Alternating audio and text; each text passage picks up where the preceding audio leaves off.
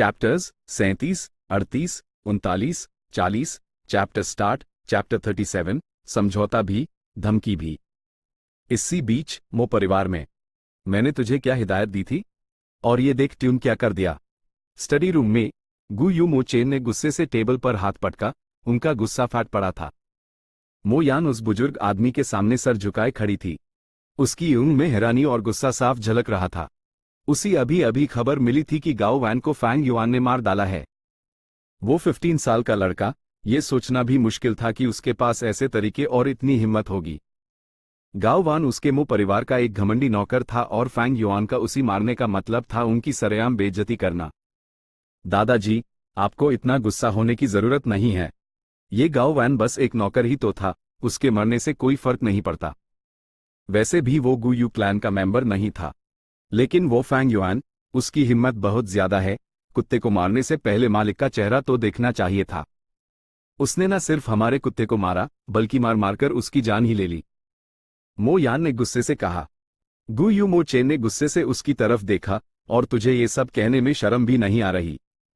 तेरे पैर इतने निकल आए हैं कि अब तू मेरी बातों को भी दिल पे नहीं लेती, हाँ? जो मैंने तुझे पहले कहा था, तू सब भूल गई। आपकी पोती की ये हिम्मत नहीं। मो यान एकदम से चौंक गई। फ्लैट वो समझ गई थी कि उसके दादा सच में गुस्से में हैं और वो फौरन घुटनों के बाल बैठ गई। गु यू मो चेन ने खिड़की के बाहर उंगली से इशारा करते हुए डांटा, HMPH, तो क्या हुआ अगर वो नौकर मर गया? लेकिन तू अभी भी फैंग युआन के खिलाफ दुश्मनी दिखा रही है, ये तेरी छोटी सोच और नासमझी का सबूत है। तुझे पता भी है तेरे इस कदम का अंजाम क्या हो सकता है? जूनियर्स के बीच की लड़ाई उनका अपना मामला है। बड़ों को इसमें दखल नहीं देना चाहिए। यही नियम है। फ्लैट, जब तू फैंग युआन से पंगा लेने गई, इसका मतलब है कि तू नियम तोड़ रही है। पता नहीं कितने लोग बाहर हमारे मो परिवार की इस बेइज्जती पर नजर रखे हुए होंगे। दादाजी, शांत हो जाइए, गुस्सा आपकी सेहत के लिए ठीक नहीं। ये मो यान की गलती है, मैंने मो परिवार का नाम मिट्टी में मिलाया। दादाजी जैसा कहेंगे, मो यान वैसा ही करेगी। लेकिन आपकी पोती ये बर्दाश्त नहीं कर पा रही। वो फैंग युआन बहुत ही कमीना और बेहया है। पहले उसने मुझसे झूठ बोला और एकेडमी में घुस गया। उसके बाद वो डॉर्मेट्री में छिप गया और मैंने चाहे जितनी भी बेइज्जती की, वो बाहर नहीं निकला। जैसे ही मैं वहां से निकली, उसने आगे बढ़कर गाओ वैन को मार डाला। वो बेहद चालाक और नीच है। मो यान ने सारी बात बताई। ओ, ऐसी बात है क्या? गु यू मो चेन ने तेवर चढ़ाए। उन्होंने ये जानकारी पहली बार सुनी थी और उनकी ऊँग में एक अजीब सी चमक आ गई। उन्होंने एक गहरी सांस ली, अपने गुस्से को काबू किया और अपनी दाढ़ी सहलाने लगे। मैंने इस फैंग युआन के बारे में कुछ कहानियां सुनी हैं। अपने शुरुआती दिनों में वो कविताएं और गाने लिख सकता था। उसने अपनी शुरुआती होशियारी दिखाई थी। लेकिन यह सोचना भी अजीब है कि उसके पास सिर्फ सी ग्रेट टैलेंट है। उसके लिए एक अच्छा फ्यूचर बनाना मुश्किल था और इसीलिए मैंने उसे अपने साथ शामिल करने का ख्याल छोड़ दिया था। लेकिन अब लगता है कि मामला थोड़ा इंटरेस्टिंग है। एक पाल रुकने के बाद गु यू मो चेन ने टेबल पर दस्तक दी और हुक्म दिया, कोई है? वो बॉक्स यहां ले आओ। दरवाजे के बाहर खड़ा नौकर फौरन हुक्म मानने लगा। जल्द ही वो एक बॉक्स लेकर अंदर आया। बॉक्स ना ज्यादा बड़ा था ना ज्यादा छोटा, लेकिन थोड़ा भारी था। नौकर ने उसी दोनों हाथों से उठाया और स्टडी टेबल के पास खड़ा हो गया। दादाजी, ये क्या है? मो यान ने लकड़ी के बॉक्स को घूरते हुए शक से पूछो। तुम खुद खोल कर क्यों नहीं देख लेती? गु यू मो चेन ने अपनी अण सिकोड़ते हुए एक अजीब से टोन में कहा। मो यान खड़ी हुई, लकड़ी का ढक्कन उलट दिया और अंदर झांका। अचानक उसके चेहरे का रंग उड़ गया और उसकी पुतलियां सुई की नोक जैसी छोटी हो गईं। वो खुद को रोक ना सकी और एक कदम पीछे हट गई और एक दबी हुई चीख निकल गई। उसके हाथ से लकड़ी का ढक्कन भी जमीन पर गिर गया। लकड़ी के ढक्कन के बिना इस बॉक्स में राखी चीज वहां मौजूद सभी को दिख गई। वो दरअसल मांस और खून का एक ढेर था। इस खूनी मांस को साफ तौर पर टुकड़े टुकड़े करके काटा गया था और बॉक्स में रखा गया था। चमकीला लाल खून अंदर जमा हो गया था। कहीं कहीं पीली सी स्किन और मांस था, जबकि कुछ लंबी लंबी आंतें थी, जिसमें हड्डियों के कुछ टुकड़े भी मिले हुए थे, शायद पैर की हड्डियां या पसलियां। एक कोने में खून के पूल में 2 उंगलियां और आधा पैर का अंगूठा भी तैर रहा था। ब्लैक। मो यान के खूबसूरत चेहरे का रंग बदल गया जब उसने एक और कदम पीछे लिया। उसका पेट अंदर से घूमने लगा जैसे अभी उल्टी कर देगी। वो रैंक डुगू मास्टर थी और पहले एक्सपीरियंस के लिए बाहर जा चुकी थी। इसके बावजूद ये पहली बार था जब उसने इतना घिनौना और अजीब सीन देखा था, भले ही उसने पहले भी लोगों को मारा था। इस बॉक्स में जो मांस और खून था वो साफ साफ एक इंसान की लाश थी जिसे टुकड़ों में काटकर बॉक्स में भर दिया गया था। खून की गंध हवा में फैल गई और तेजी से पूरे स्टडी रूम में भर गई। बॉक्स उठाए हुए दोनों नौकर के हाथ कांप रहे थे। उसका रंग पीला पड़ गया था। हालांकि उसने बॉक्स पहले देखा था और उल्टी भी कर चुका था, लेकिन अभी भी उसी पकड़े हुए उसके दिल में डर और घिन की लहरें उठ रही थी।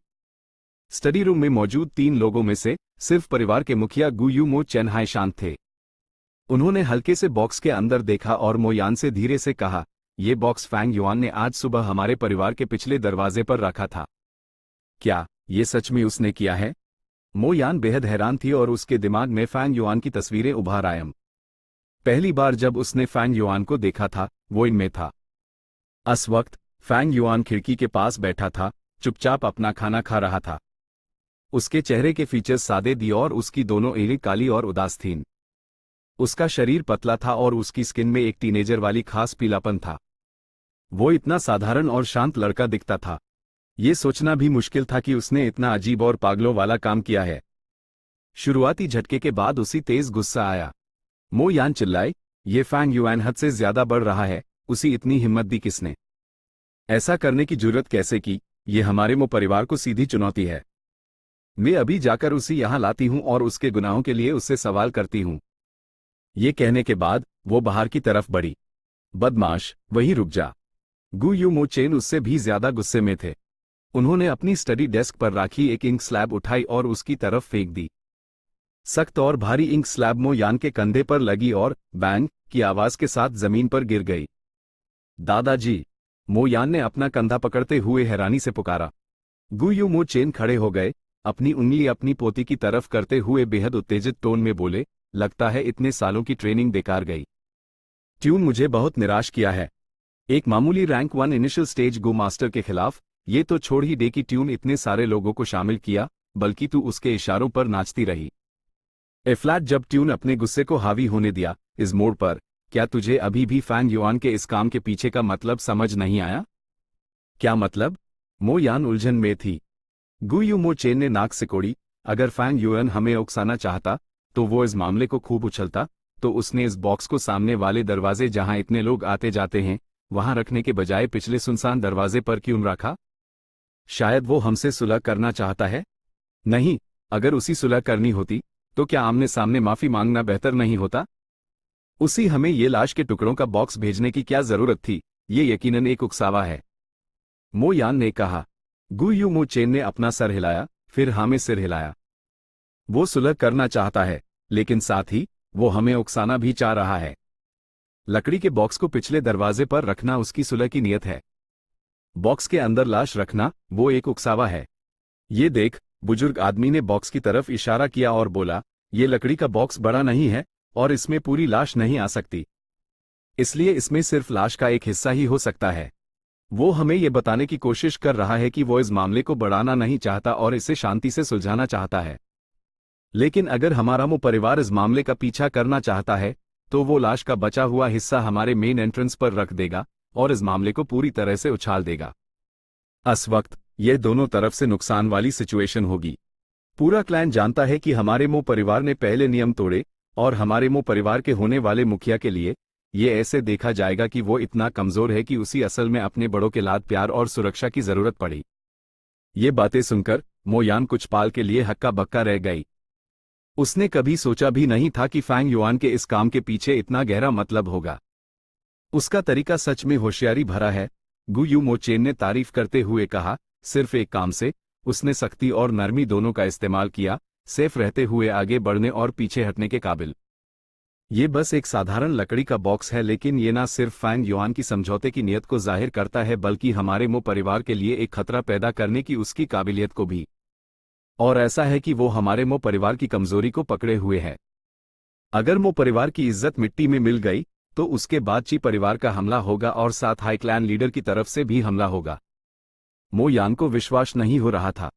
दादाजी, कहीं आप उसी जरूरत से ज्यादा तो नहीं समझ रहे हैं? क्या आपको यकीन है कि वो इसके काबिल है? वो सिर्फ 15 साल का है। जरूरत से ज्यादा? मो चेन ने अपनी पोती को नाखुशी से देखा। लगता है पिछले कुछ सालों में तेरी जिंदगी बहुत आराम से गुजरी है। अपने घमंडी रवैये को पाल पोस कर तू सच्चाई को साफ साफ नहीं देख पा रही है। यह फैंग युआन खतरे के सामने बेपरवाह था और तुझे धोखा देकर स्कूल में घुस गया। उसके बाद उसने अपनी होशियारी का इस्तेमाल करके खतरे के सामने डॉर्मेट्री में छिपकर परेशानी से बचा। ट्यून यूएसपी कितने भी इल्जाम लगाए, उसने कोई जवाब नहीं दिया। ये उसकी शांति से सहन करने की काबिलियत है। तेरे जाने के बाद उसने तुरंत गाओ वैन को मार डाला। ये उसकी बहादुरी और हिम्मत है। ए फ्लैट उसने ये बॉक्स भेजा है जो उसकी होशियारी और प्लानिंग की काबिलियत को साफ दिखाता है। क्या तू अब भी कह सकती है कि मैंने उसी जरूरत से ज्यादा सोचा? मो यान एड़ फाड़े सुनती रही क्योंकि उसने कभी सोचा नहीं था कि उसके दादा फैंग युआन की इतनी तारीफ करेंगे। उसने फौरन गुस्से से कहा, दादाजी, उसके पास सिर्फ सी ग्रेड टैलेंट है। गु यू मो चेन ने गहरी सांस ली। हाँ, वो सिर्फ एक सी ग्रेड है। ऐसी होशियारी होना और फिर भी सिर्फ सी ग्रेड टैलेंट, ये सच में अफसोस की बात है। अगर उसका टैलेंट थोड़ा ज्यादा होता, भले ही वो सिर्फ बी ग्रेड होता, वो यकीनन हमारे गु यू क्लैन का एक प्रभावशाली सदस्य बनता।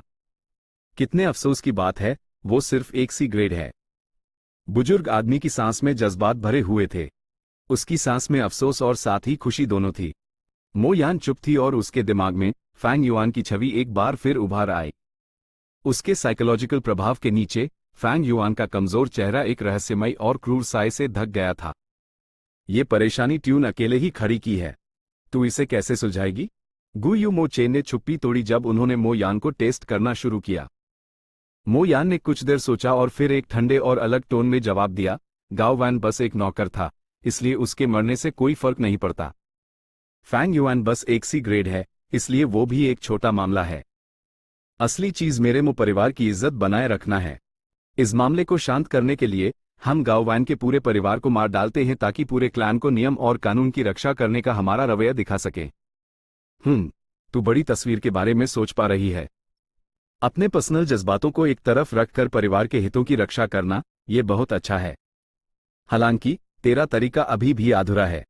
गु यू मो चेन ने उसके जवाब का एनालिसिस किया। कृपया मुझे समझाइए, दादाजी, मो यान ने विनती की।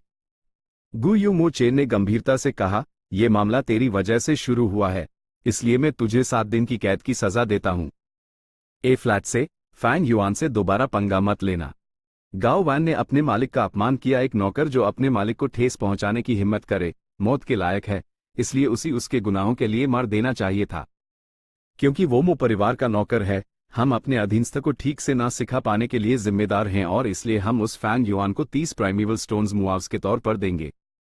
जहां तक गाओ वैन के परिवार वालों की बात है, उन्हें 50 प्राइमेवल स्टोन्स मुआवजे के तौर पर देकर क्लैन से निकाल दो। एक छोटी सी खामोशी के बाद उन्होंने आगे कहा, अगले 7 दिनों तक घर पर आराम कर, बाहर मत जाना। साथ ही इस बात पर सोचना कि दादाजी ने इस मामले को इस तरह से सुलझाने का फैसला क्यों किया, इसके पीछे का गहरा मतलब क्या है। जी दादाजी। चैप्टर 38, रोशनी में चलता हुआ राक्षस। आसमान में काले बादलों की पाटन से बसंत की बारिश गिर रही थी। बारिश की बूंदें बालों जैसी पतली थीं। जैसे ही वो गिरीं, उन्होंने किंग माओ माउंटेन को धुंध की एक महीन परत में लपेट लिया। इनकी पहली मंजिल पर डाइनिंग हॉल काफी खाली था। वहां सिर्फ 4 टेबल पर मेहमान थे। फैंग युआन खिड़की के पास एक सीट पर बैठा था। हवा का एक झोंका आया, जिसके साथ एक कविताई माहौल और फूलों की खुशबू थी। आसमान से हल्की बारिश चिकनी और साफ है। घास का रंग दूर से दिखता है पर पास आने पर गायब हो जाता है। फैंग युआन ने खिड़की से बाहर देखा और हल्के से एक कविता कही, फिर अपनी नजर वापस इन पर ले आया। उसके सामने अच्छी शराब और खाने से भरी एक टेबल थी। रंग, खुशबू और स्वाद सब टॉप नॉच थे, खासकर ग्रीन बैम्बू वाइन जिसमें शराब की खुशबू के साथ एक हल्की सी ताजगी थी। गहरे हरे रंग की शराब बंबू के कप में शांति से बैठी थी। उसके एंगल से ये अंबर जैसी चमक दे रही थी। एक दादा और उनका पोता उसके सबसे नजदीकी टेबल पर बैठे थे। आम इंसान होने के नाते उन्होंने सादे कपड़े पहने हुए थे। दादाजी अपनी चावल की शराब पी रहे थे और फैंग युआन को ललचाई नजरों से देख रहे थे। वो साफ तौर पर ग्रीन बैम्बू वाइन से आकर्षित थे लेकिन उसी खरीद नहीं सकते थे। पोता अपने भुने हुए बीज खा रहा था। उसके मुंह से चबाने पर काका की आवाज आ रही थी। साथ ही वो अपने दादा को परेशान कर रहा था, उनका हाथ हिलाते हुए। दादाजी, दादाजी, मुझे रेंजू की कहानी सुनाओ। अगर आप नहीं सुनाओगे तो मैं दादी को बता दूंगा कि आप चुपके से यहाँ शराब पीने आए थे। उफ, शांति से पीने भी नहीं देगा। दादाजी ने आ भरी, लेकिन उनके चेहरे पर बच्चे के लिए लाड प्यार का भाव था। अपनी टहनी जैसे बांस से उन्होंने लड़के के सर पर थपथपाया। तो चलो मैं तुम्हें रेंजू की कहानी सुनाता हूं, जिसने अपना दिल होपगू को दे दिया था और कैद होने की मुसीबत से बच निकला था। रेंजू की कहानी इस दुनिया में सबसे लोकप्रिय और प्रचलित कथा थी, साथ ही सबसे पुरानी लेजेंड भी। बुजुर्ग आदमी की कहानी कुछ इस तरह थी। कहानी में बताया गया कि रेंजू उम्मीद की वजह से अपनी मुसीबत से निकल पाया, लेकिन आखिरकार वो बूढ़ा हो गया और स्ट्रेंथ और विजडम के बिना वो अब शिकार नहीं कर सकता था। यहां तक कि उसके दांत भी झाड़ गए, जिससे वो बहुत से जंगली फल और सब्जियां नहीं चबा सकता था। रेंजू ने महसूस किया कि मौत धीरे धीरे उसके पास आ रही है। इस समय होपगू ने उससे कहा, इंसान, तुम्हें मरना नहीं चाहिए। अगर तुम मर गए तो तुम्हारा दिल खो जाएगा और मैं अपना एक लौटा रहने का स्थान खो दूंगा। रेंजू लाचार था। कौन मरना चाहता है? लेकिन अगर आसमान और जमीन मुझे मारना चाहते हैं तो मेरे पास कोई चारा नहीं है। होपगू ने कहा, हर चीज में हमेशा उम्मीद होती है। जब तक तुम एक लॉन्जेविटी गू पकड़ सकते हो, तुम अपनी उम्र बढ़ा पाओगे। रेंजू ने लॉन्जेविटी गू के अस्तित्व के बारे में बहुत पहले सुना था, लेकिन उसने लाचारी से अपना हाथ हिलाया। जब लॉन्जेविटी गू स्थिर रहता है तो कोई उसी पहचान नहीं सकता, और जब वो उड़ता है तो वो रोशनी से भी तेज होता है। ये यूएसईवाई कैसे पकड़ सकता हूं? ये बहुत मुश्किल है। होपगू ने फिर रेंजू को एक राज बताया, इंसान, चाहे कुछ भी हो जाए, उम्मीद मत छोड़ना। मैं तुम्हें बताता हूं, इस महाद्वीप के उत्तर पश्चिम कोने में एक बहुत बड़ा पहाड़ है।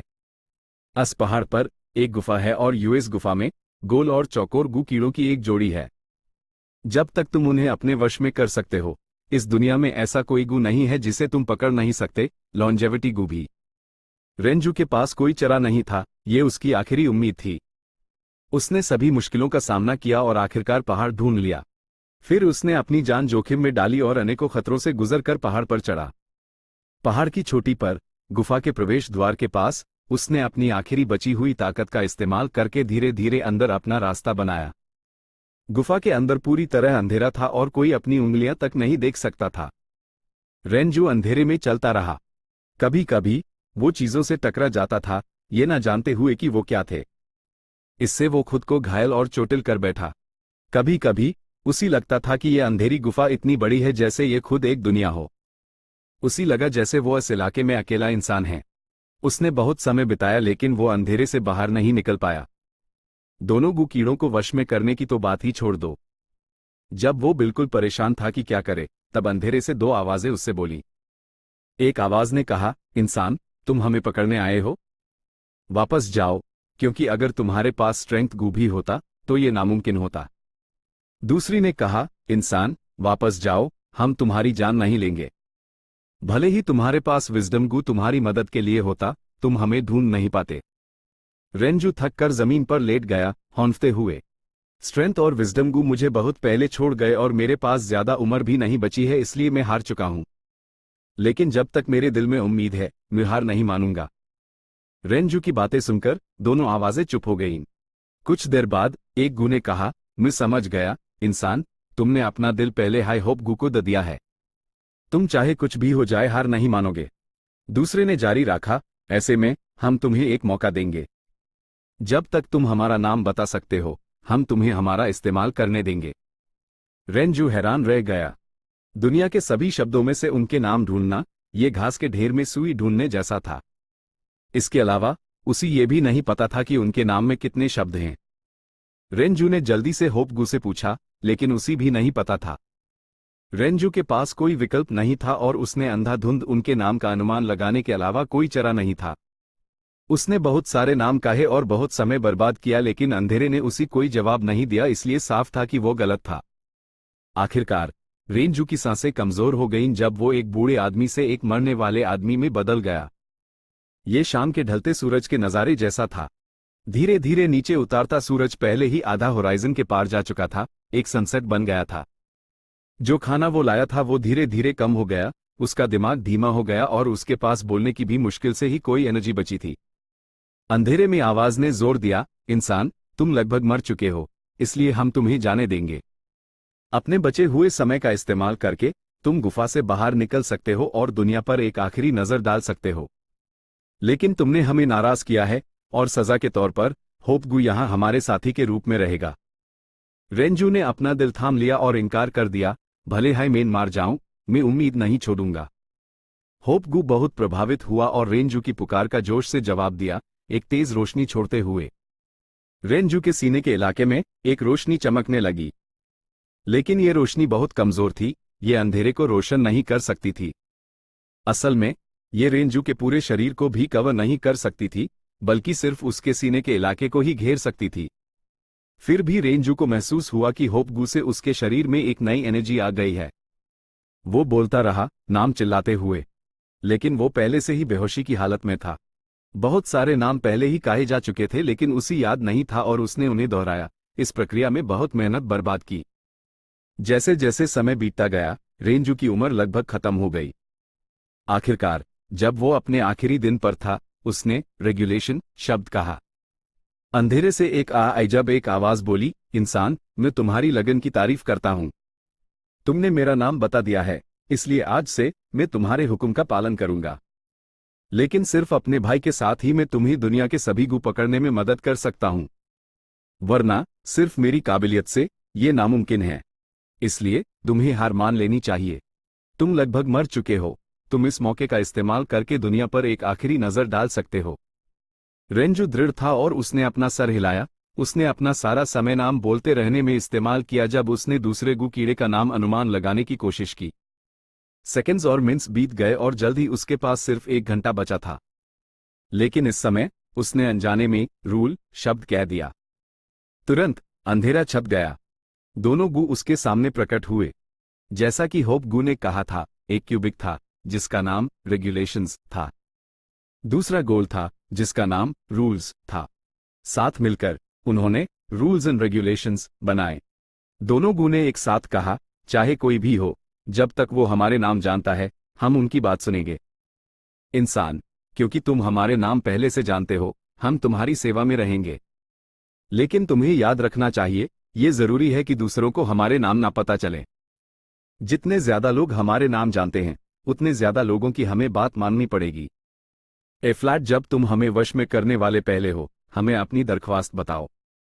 रेंजू खुशी से झूम उठा। तो मैं तुम दोनों को हुक्म देता हूं, जाओ और मेरे लिए एक लॉन्जेविटी गू पकड़ कर लाओ। रूल्स एंड रेगुलेशंस गू ने मिलकर काम किया और एक 80 साल का लॉन्जेविटी गू पकड़ लिया। रेंजू पहले से ही 100 साल का था, लेकिन इस गू को खाने के बाद उसके चेहरे की झुर्रियां गायब हो गईं और उसके कमजोर अंग फिर से मस्कुलर हो गए। उससे युवा अवस्था की एक जिंदादिल ऑरा निकलने लगी। एक पेट के बाल, वो अपने पैरों पर उछाल कर खड़ा हो गया। उसने खुशी से अपने शरीर को देखा, ये जानते हुए कि उसने 20 साल के लड़के का शरीर वापस पा लिया है। आज के लिए बस इतना ही, चलो घर चलते हैं, पोटे। बुजुर्ग आदमी ने कहानी पूरी करके अपनी शराब भी खत्म कर ली। दादाजी, आगे बताओ ना, रेंजू का बाद में क्या होता है? पोटा जिद कर रहा था जब उसने अपने दादा का हाथ हिलाया। चलो, मैं तुम्हें फिर कभी मौका मिलने पर बताऊंगा। बुजुर्ग आदमी ने अपना फूस का हट और जैकेट पहना, फिर अपने पोते को एक और सेट दिया जो छोटा साइज का था। दोनों इनसे बाहर निकले, बारिश में कदम रखते हुए, और धीरे धीरे नजरों से ओझल हो गए। Rules and regulations. Fang Yuan की नजर गहरी थी जब उसने अपने शराब के कप को घुमाया, अपने कप में शराब को देखते हुए। उसका दिल छू गया था। रेंजू की लेजेंड इस दुनिया में दूर दूर तक फैली हुई थी और लगभग कोई भी ऐसा नहीं था जो उसे नहीं जानता था। फैंग युआन ने भी उसके बारे में सुना था, लेकिन चाहे वो एक लेजेंड हो या एक कहानी, ये पढ़ने वाले के ज्ञान पर निर्भर करता है। पहले वाले दादा पोते ने इसे सिर्फ एक कहानी समझा, लेकिन फैंग युआन इसके गहरे मतलब को समझ सकता था। बिल्कुल उस रेंजू की तरह। जब उसी नियम और कायदे नहीं पता था, वो अंधेरे में भटक रहा था। कभी वो चीजों से टकरा जाता, दूसरों से भिड़ जाता, जिससे वो खुद घायल हो जाता और परेशान दिखता। और कभी कभी एक बड़े इलाके में वो खो जाता और कंफ्यूज हो जाता, बिना किसी दिशा या मकसद के घूमता। ये अंधेरा सिर्फ काला या रोशनी की कमी नहीं था। ताकत, बुद्धि और उम्मीद इसका विरोध नहीं कर सकते थे। जब रेंजू को नियम और कायदे पता चले और उसने उनके नाम कहे, तभी अंधेरा छट गया और रेंजू की जिंदगी में रोशनी आई। अंधेरा नियम और कायदों का अंधेरा था और रोशनी भी नियम और कायदों की रोशनी थी। फैंग युआन ने अपनी नजर कप से हटाई और खिड़की से बाहर देखा। उसने देखा कि खिड़की के बाहर आसमान अभी भी काला था, हरियाली भरपूर थी और बारिश धुंध की तरह उड़ रही थी। पास में बंबू के ऊंचे घर एक कतार में लगे दूर तक फैले हुए। सड़क पर कई लोग चल रहे थे, उनके पैर बारिश की कीचड़ से साने हुए थे। उनमें से कुछ ने हरे हल्के स्ट्रॉ कोट पहने हुए जबकि दूसरे पीले तेल के कपड़े के छते उठाए हुए थे। फैंग युआन ने निष्कर्ष निकला, इस दुनिया का आसमान और जमीन एक बड़े शतरंज के बोर्ड की तरह है। सभी जीव शतरंज के मोहरे हैं, अपने नियम और कायदों के अनुसार काम करते हैं। चारों मौसमों के अपने नियम और कायदे होते हैं, बसंत, गर्मी, पतझड़ और सर्दी के बीच घूमते हुए। पानी के बहाव के अपने नियम और कायदे होते हैं, ऊंची जमीन से नीची जमीन की तरफ बहते हुए। गर्म हवा के अपने नियम और कायदे होते हैं, ऊपर की तरफ उठते हुए। इंसानों के भी स्वाभाविक रूप से अपने नियम और कायदे होते हैं। हर किसी के अपने नजरिए, इच्छाएं और सिद्धांत होते हैं। उदाहरण के लिए, गुयू गांव में नौकरों की जिंदगी सस्ती है जबकि उनके मालिक की जिंदगी अनमोल है। ये नियम और कायदों का एक हिस्सा है। इस वजह से शेन की जो अमीर और प्रभावशाली लोगों के करीब आना चाहती है, वो अपनी नौकर की हैसियत से बचने की पूरी कोशिश कर रही है। गाओ वैन ने अपने मालिक को खुश करने के लिए हर तरह के तरीके अपनाए, उनके अधिकारों का अपने लिए इस्तेमाल करते हुए। जहां तक चाचा और चाची की बात है, उन्होंने लालच के आगे घुटने टेक दिए, मेरे माता पिता की विरासत को हड़पना चाहते थे। एकेडमी एल्डर गू मास्टर्स को पालना चाहते हैं ताकि एकेडमी में अपनी पोजीशन बनाए रख सकें। हर किसी के अपने नियम और कायदे हैं, हर पेशे के अपने नियम और कायदे हैं, और हर समाज और समूह के भी अपने नियम और कायदे होते हैं।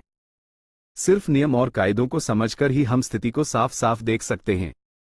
अंधेरे से दूर होकर रोशनी को अपनाना, नियम के आसपास घूमना, काफी आजादी के साथ।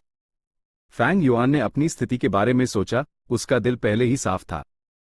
मो परिवार के मुखिया गु यू मो चेन के लिए यह अपने परिवार की शाखा की समृद्धि और लाभ की रक्षा करना है। मो यान ने मुझसे पंगा लिया और ये नियमों को तोड़ना माना जाएगा, इसलिए अपने परिवार की इज्जत के लिए वो मेरे साथ कुछ नहीं करेंगे। असल में वो शायद मुझे मुआवजा भी दे। असल में मो परिवार का बहुत प्रभाव है, इसलिए अगर वो अपनी इज्जत दांव पर लगाकर मुझे सजा देने पर तुल जाएं, तो मैं उनका सामना करने के लिए कुछ नहीं कर सकता। हालांकि गु यू मो चेन डरते हैं। वो खुद नियम तोड़ने से नहीं डरते, बल्कि वो डरते हैं कि दूसरे उनके नक्शे कदम पर चलेंगे। एक जूनियर की झड़प में अगर बड़े दखल देंगे तो स्थिति बिगड़ जाएगी। अगर इसमें ऊंचे लोग शामिल हो गए तो ये पूरे पहाड़ी गांव के लिए एक खतरा बन जाएगा। गु यू मो चेन का डर यहन था, क्या होगा अगर भविष्य के झगड़ों में दूसरे उनके पोते गु यू मो बेई पर हाथ उठाएं? उनके पूरे वंश में सिर्फ एक ही लड़का है, तो क्या होगा अगर वो मर गया? इस तरह का डर, शायद उन्हें खुद इसका एहसास नहीं है। वो बस अनजाने में नियमों की रक्षा कर रहे हैं। फैंग युआन की ईद साफ थी क्योंकि उसी शुरू से आखिर तक मामले की पूरी समझ और पकड़ थी। गाओ वैन का सरनेम गु यू नहीं था, बल्कि वो एक बहरी, एक नौकर था। मालिक द्वारा एक नौकर को मार देना कोई चिंता की बात नहीं थी। इस दुनिया में ये सामान्य था। फैंग युआन द्वारा गाओ वैन को मारने के मामले में गाओ वैन की मौत महत्वपूर्ण नहीं थी। महत्वपूर्ण हिस्सा उसका मालिक था, उसके पीछे मो परिवार। हालांकि गु यू मो चेन को मेरे समझौते और धमकी की नियत यूएस समय समझ आ गई होगी जब मैंने उन्हें लाश के टुकड़ों का बॉक्स भेजा था। यही मैं चाहता भी था कि वो सोचें, अगर मैं गलत नहीं हूं तो मो परिवार गाओ वैन की मौत का पीछा नहीं करेगा। हाँ, अगर मेरा टैलेंट बेहतर होता और मैं कम से कम बी ग्रेड होता तो मो परिवार को खतरा महसूस होता। अपनी इज्जत खोने के बावजूद वो मेरे जैसे भविष्य के खतरे को दबाना चाहते। फैंग युआन अपने दिल में मुस्कुराया।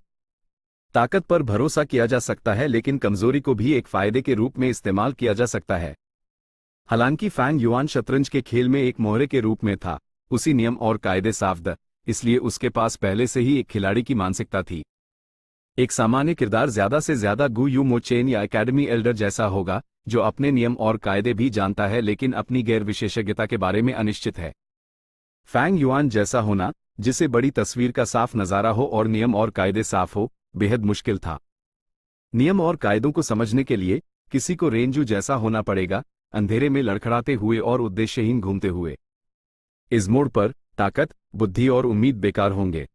किसी को बहुत समय खुद इससे गुजरकर अनुभव प्राप्त करना होगा। रेंजू के लिए रूल्स एंड रेगुलेशंस गु के नाम कह पाना ये समय बिताने के बाद हुआ था। मौत के खतरे के तहत उसने अनेकों बार कोशिश की थी। फैंग युआन नियम और कायदों का एक्सपर्ट था, अपने पिछले जीवन के 500 साल के अनुभव के कारण। अपने पुनर्जन्म के बाद उसी विश्वास था कि वो एक शानदार भविष्य बना सकता है। स्प्रिंग एंड ऑटम सकाडा की वजह से नहीं, इसलिए नहीं कि वो कई गुप्त खजाने और कोष जानता था, इसलिए नहीं कि वो जानता था कि भविष्य में क्या होगा, बल्कि इस 500 साल के अनुभव के कारण जो उसने एक व्यक्ति के रूप में हासिल किया था। जैसे कि रेंजू ने रूल्स एंड रेगुलेशंस गू को नियंत्रित किया और दुनिया के सभी गू को आसानी से पकड़ पाया। और फैंग युआन नियम और कायदों से इतना परिचित था, इसलिए वो दुनिया को नीचे देख सकता था और उसके सच और झूठ को देख सकता था। सावधान और सटीक होना या मामले के दिल तक पहुंचना। मैं गर्व से हंसता हूं जब मैं दुनिया के शीर्ष पर खड़ा होता हूं, ठंड से दुनिया के लोगों को देखता हूं जो मोहरों की तरह व्यवहार करते हैं, अपने अपने नियम और कायदों का पालन करते हैं, अपनी जिंदगी एक सीधे सादे तरीके से जीते हैं। अंधेरे के नियम और कायदे अंधेरा हैं और रोशनी के नियम और कायदे रोशनी हैं। लेकिन पुनर्जन्मित राक्षस ने रोशनी के पथ पर कदम रख दिया था। चैप्टर 39 मेढक करवान का सौदागर। मई का महीना बसंत और गर्मी के बीच का आलम था।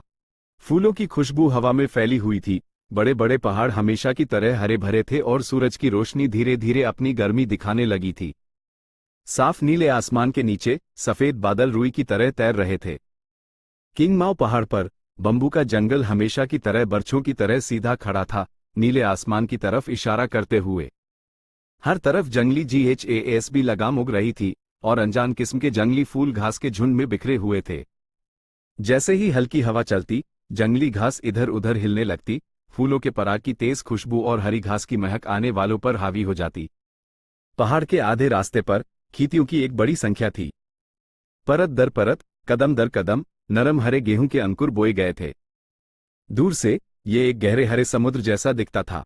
खीतियों पर कई किसान व्यस्त काम कर रहे थे। कुछ किसान खीटों को सींचने के लिए पानी की नाली साफ कर रहे थे, जबकि कुछ किसान अपनी पतलून ऊपर करके खीटों में खड़े होकर अंकुर लगा रहे थे।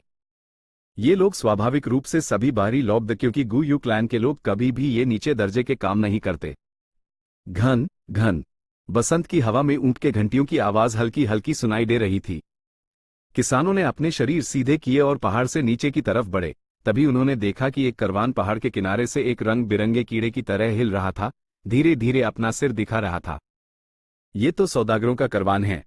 हाँ, मैं आ गया है, करवान के आने का समय हो गया है। बड़ों ने तुरंत स्थिति को समझ लिया और बच्चों ने पानी और मिट्टी से खेलना बैंड कर दिया।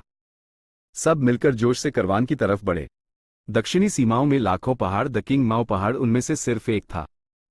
हर पहाड़ पर गांव के बाद गांव बेस्तर, जिन्हें हर कोई अपने खून के रिश्तों और संबंधों के जरिए बनाए रखता था। पहाड़ों के बीच जंगल गहरे और खतरनाक थे, चट्टानें सीधी और खतरनाक गिरते पत्थरों से भरी हुई थीं। इसके अलावा जंगल के जटिल माहौल में बड़ी संख्या में खूंखार जानवर और अजीब गू कीड़े रहते थे। आम लोग बिल्कुल पार नहीं कर सकते थे। इन बाधाओं को अकेले पार करना मुश्किल था। कम से कम एक रैंक 3 गू मास्टर होना जरूरी था। खराब अर्थव्यवस्था के कारण व्यापार मुश्किल था, इसलिए व्यापार का सबसे महत्वपूर्ण रूप करवान सौदागरों के जरिए था। सिर्फ इतने बड़े पैमाने पर एक सौदागर समूह को संगठित करके हाईगू मास्टर्स एक साथ आकर एक दूसरे की मदद करने की शक्ति जुटा सकते थे, यात्रा मार्गों में आने वाली कठिनाइयों पर विजय प्राप्त कर सकते थे और एक पहाड़ से दूसरे पहाड़ तक जा सकते थे। सौदागर करवान का आना शांत और शांतिप्रिय किंग माओ पहाड़ में उबलते हुए पानी के एक कटोरे की तरह था जो उसमें डाल दिया गया हो।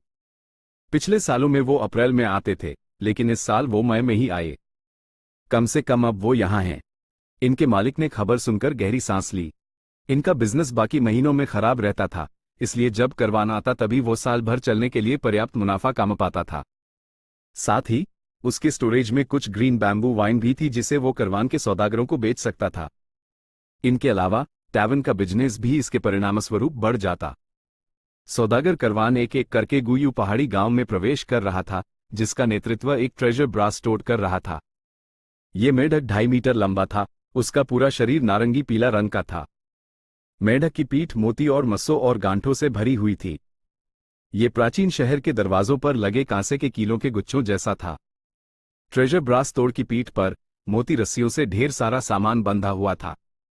एक नज़र में ऐसा लगता था जैसे मेढक ने एक बड़ा सा बैकपैक उठाया हुआ है। एक गोल चेहरे वाला आधे उम्र का आदमी, जिसका चेहरा चेचक के दागों से भरा था, मेढक के ऊपर पालथी मारे बैठा था। वो मोटा था और उसका पेट बड़ा था। उसकी दोनों एड़ी मुस्कुराते वक्त एक लकीर बन जाती थीं।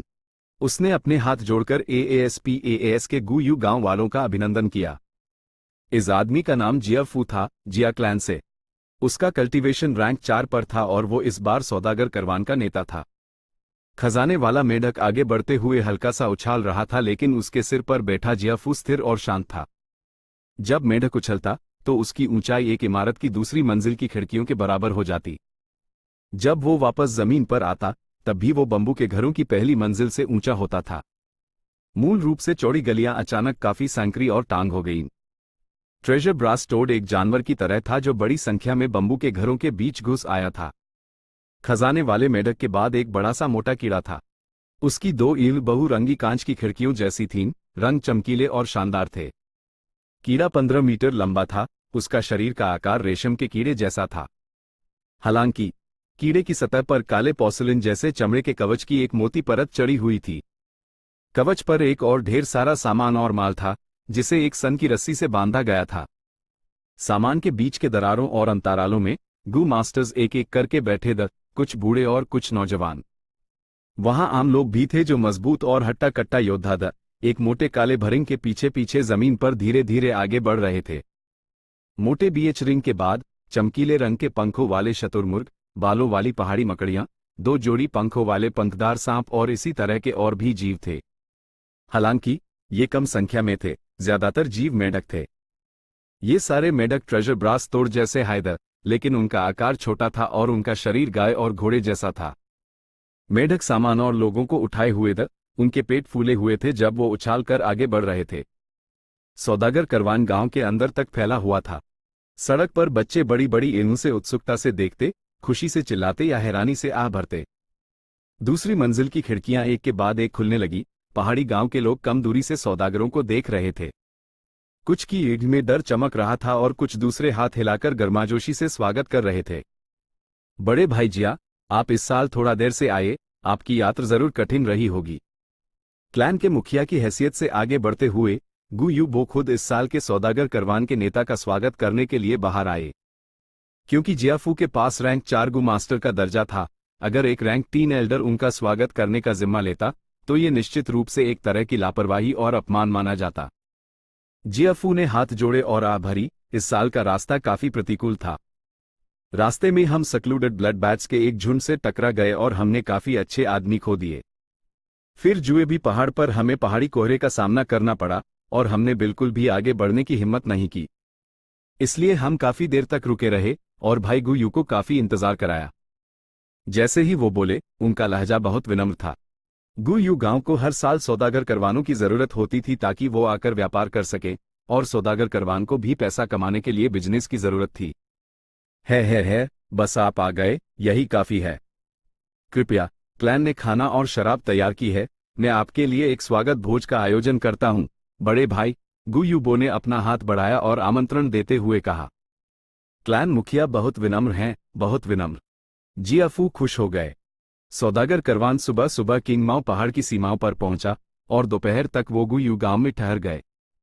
जब शाम ढली, गांव के आसपास अस्थायी दुकानों का एक विस्तृत क्षेत्र बन गया था। हर तरह के लाल, नीले, पीले और हरे ऊंचे टेंट बनाए गए थे और टेंट के बीच की हर इंच जगह कई छोटे छोटे स्ट्रीट स्टॉल्स से भरी हुई थी। रात ढल रही थी, फिर भी यूएस इलाके में तेज रोशनी थी। गांव से पैदल चलने वालों की एक अनंत धारा इस इलाके में हो पड़ी। वहां आम लोग भी थे और गू मास्टर्स भी।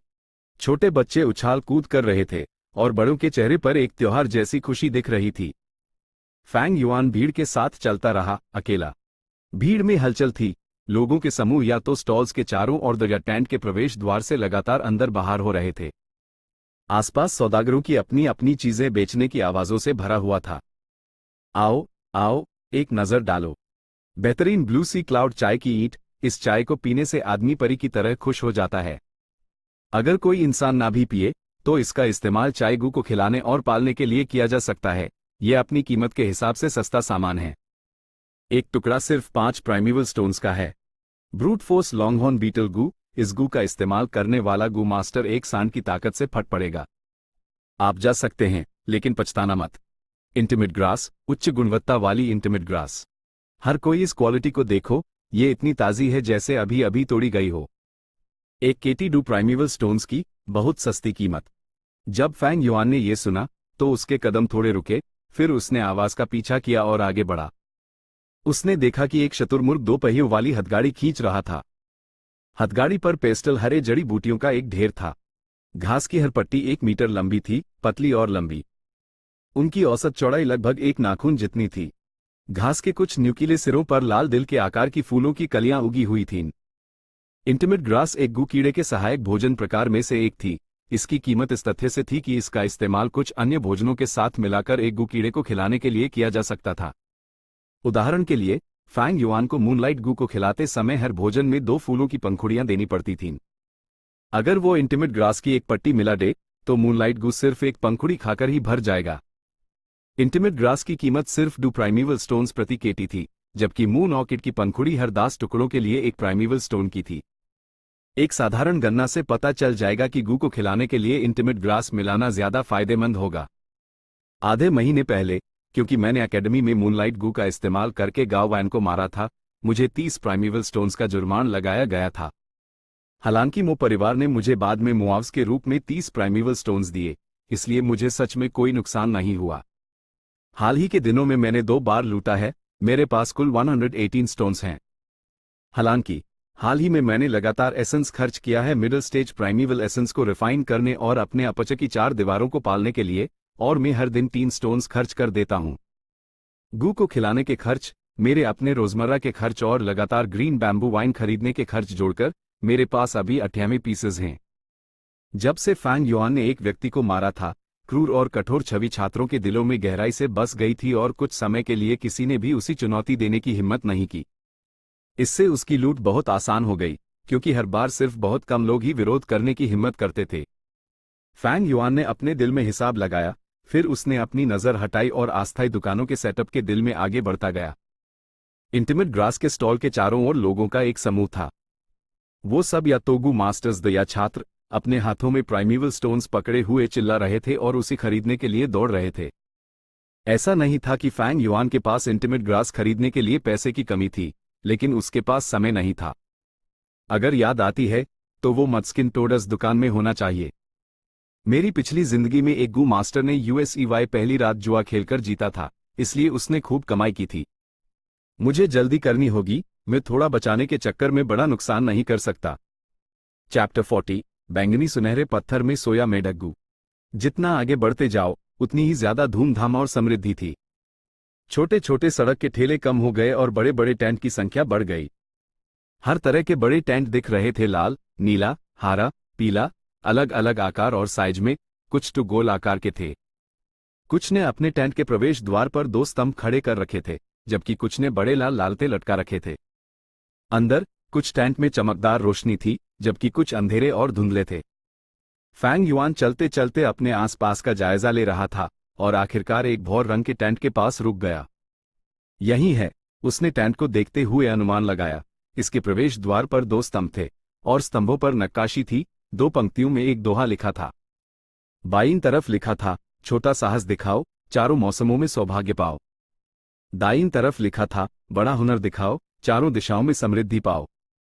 बीच में एक और पंक्ति थी, किस्मत समय के साथ बदलती है। बिल्कुल सही, ये एक जुआ घर था।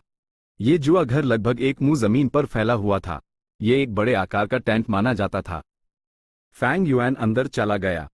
टेंट के अंदर एक तरफ 3 पंक्तियों में काउंटर थे। काउंटर पर अंबर या फॉसिल्स के टुकड़े रखे थे। कुछ हथेली जितने बड़े दी, कुछ चेहरे जितने बड़े। कुछ और भी थे जो और भी बड़े थे, वो एक इंसान जितने ऊंचे थे। साफ है कि वो काउंटर पर फिट नहीं हो सकते थे, इसलिए उन्हें सीधे जमीन पर रखा गया था। दूसरी टेंट की दुकानों से अलग यहां शांति थी। कई गू मास्टर्स काउंटर के सामने खड़े दर कुछ डिस्प्ले काउंटर पर रखे पत्थरों को बारीकी से देख रहे थे, जबकि कुछ फॉसिल्स उठाकर उन्हें अपने हाथ में रगड़कर महसूस कर रहे थे। कुछ अपने साथियों से धीरे धीरे चर्चा कर रहे थे और कुछ दुकान के कर्मचारियों से कीमत पर बात कर रहे थे। लेकिन वो जो भी चर्चा कर रहे थे वो धीरे धीरे बोल रहे थे, दूसरों को परेशान न करने की पूरी कोशिश करते हुए। ये एक पत्थर जुआ घर था। गू की दुनिया में हर प्रकार के गूद अलग अलग आकार और साइज में आते थे और हर तरह के प्रभाव के साथ। गू कीड़ों के पास खाने के लिए अपना अपना भोजन होता है। बिना भोजन के वो सिर्फ थोड़े समय तक ही जिंदा रह सकते हैं, उसके बाद मर जाते हैं। लेकिन प्रकृति जीवों के प्रति लापरवाह भी थी और दयालु भी। अगर उनके पास भोजन की कमी हो तो गू कीड़ों के पास बचने का एक मौका फिर भी होता है। वो था हाइबरनेशन, यानी खुद को सील कर लेना। उदाहरण के लिए, अगर मूनलाइट गू के पास खाने के लिए मून ऑर्किड की पंखुड़ियां नहीं होती तो वो खुद को सील कर सकता था। वो अपनी शक्ति को बचाने की पूरी कोशिश करेगा, जैसे सर्दी में हाइबरनेशन, गहरी नींद में चला जाएगा।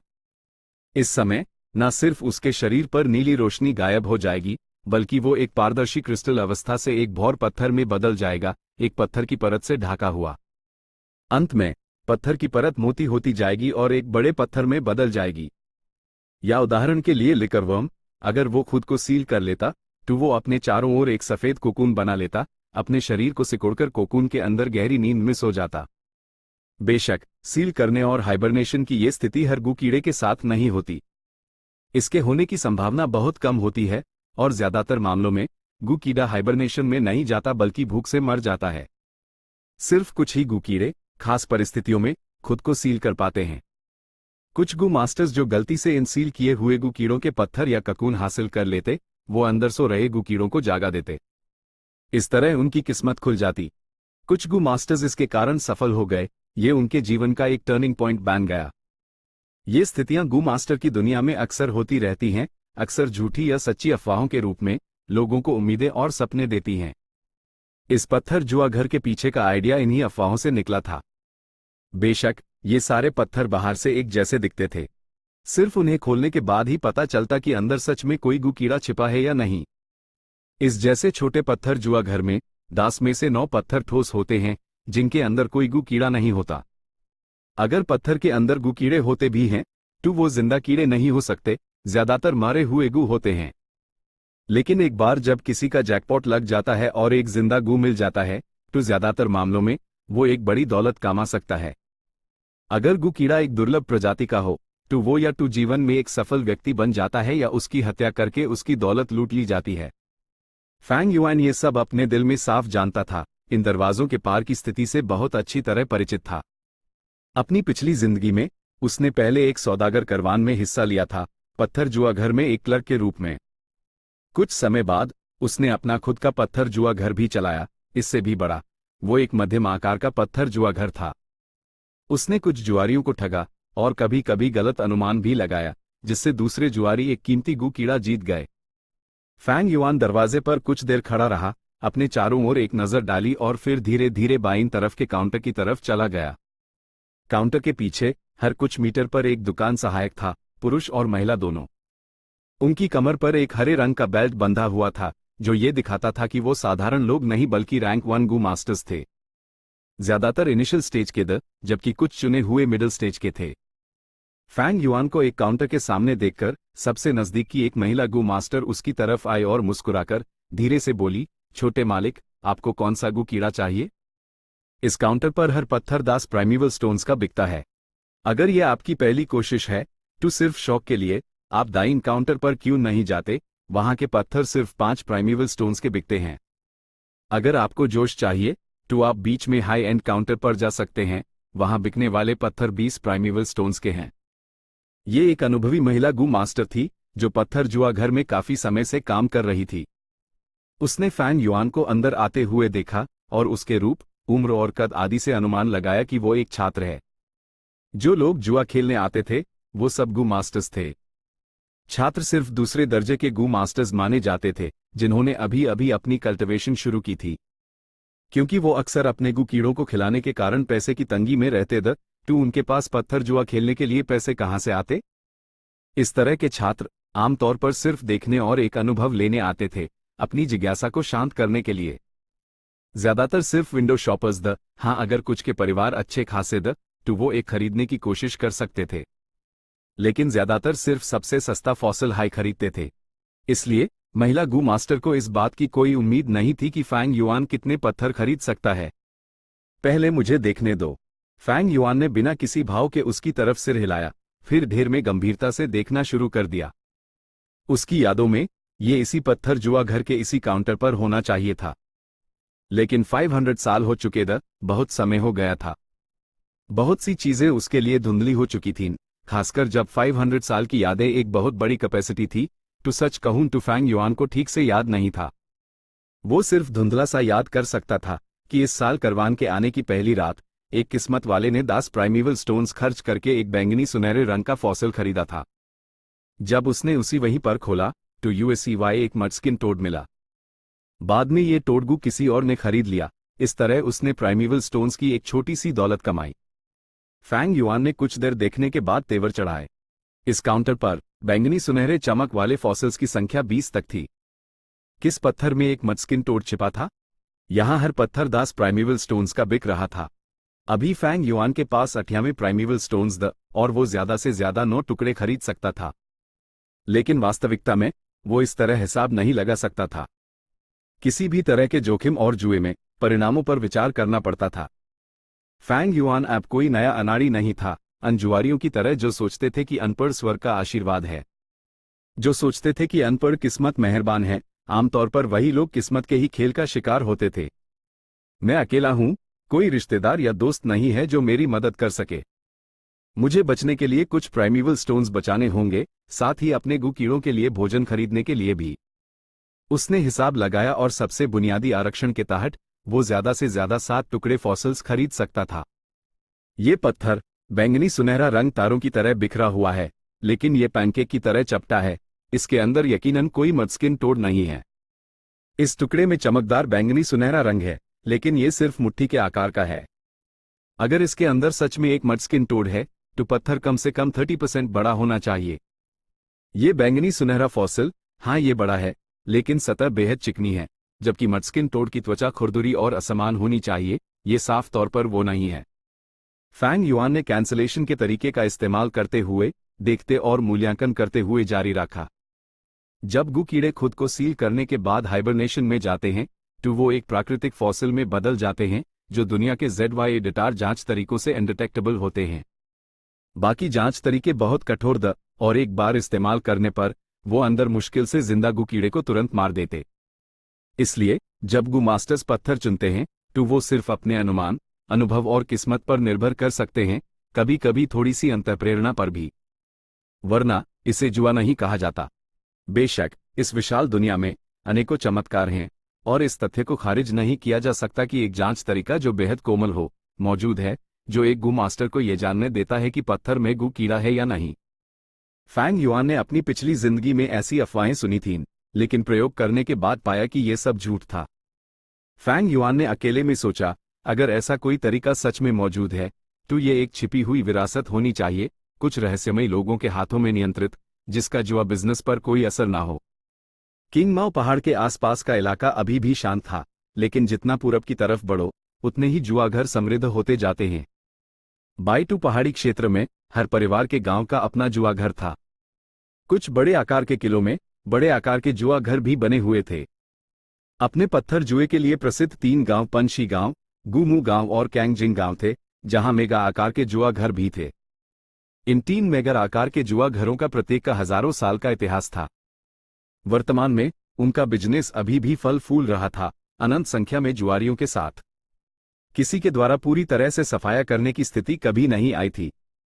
वर्तमान में जिस टेंट में फैंग युआन था, उसी मुश्किल से ही एक छोटे आकार का जुआघर कहा जा सकता है।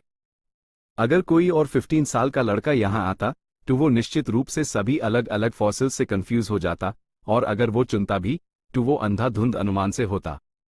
लेकिन फैंग युआन अलग था। पहली बात, उसी शुरू से ही जवाब का एक हिस्सा पता था, इसलिए उसकी खोज का दायरा 30 से भी कम टुकड़ों तक सिमट गया। बेशक इन 20 और टुकड़ों में से यूएस एक पत्थर को ढूंढना भी बेहद मुश्किल था, लेकिन अपने 500 साल के अनुभव को आधार बनाकर इतनी समृद्ध जानकारी के भंडार के साथ उसने कुछ देर देखने के बाद 6 टुकड़े बैंगनी सुनहरे फॉसिल्स चुने जो मानकों पर सबसे ज्यादा खरे उतरते थे। यूजी 80% विश्वास था कि मडस्किन टोड इन 6 फॉसिल्स में से किसी एक में हाइबरनेशन कर रहा था। Chapter and.